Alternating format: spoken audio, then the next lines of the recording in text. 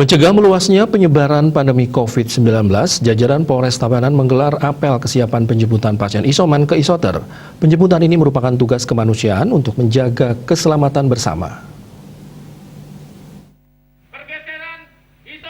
Kapolres Tabanan AKBP Ranefli Dian Chandra mengatakan, apel kesiapan penjemputan isoman ke isoter ini bersinergi dengan berbagai instansi untuk memaksimalkan pencegahan dengan melibatkan 88 personel gabungan dan mengerahkan belasan ranmor patroli.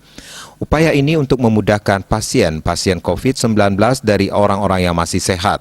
Diharapkan pasien yang sedang menjalani isoman tidak keberatan dan sadar untuk pindah ke isoter meski belum ada sanksi yang mengatur. Intinya kita mengisolasi orang-orang yang positif nih, kita pisahkan dari orang-orang yang sehat.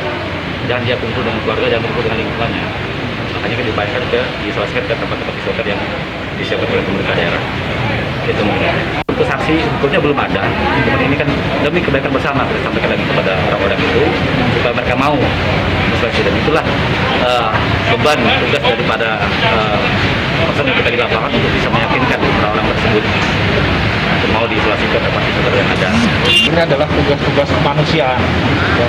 Keselamatan jiwa, nyawa seseorang itu bagi kami adalah yang paling tertinggi.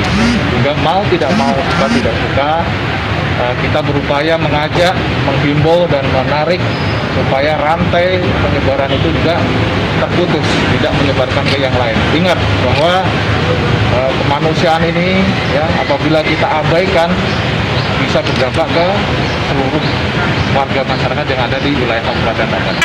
Pihaknya menghimbau untuk bersama-sama bersatu padu dan saling bahu-membahu dalam penanganan pencegahan COVID-19.